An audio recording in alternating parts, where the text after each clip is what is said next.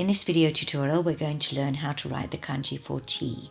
It's pronounced cha, and on top you can see the element which used to look like this when it was still a pictograph.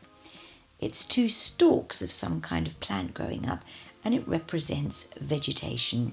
We're going to call it simply the grass element.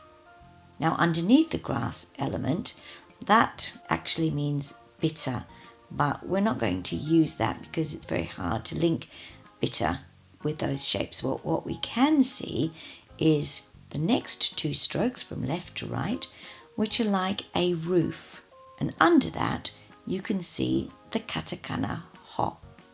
Now, the easiest way to remember this is that tea is made from vegetation, its leaves, and you drink it on a hot day sitting under a roof. And that's the best way to remember cha. When we're being polite, we always use the honorific o in front of cha, so that we say ocha, tea.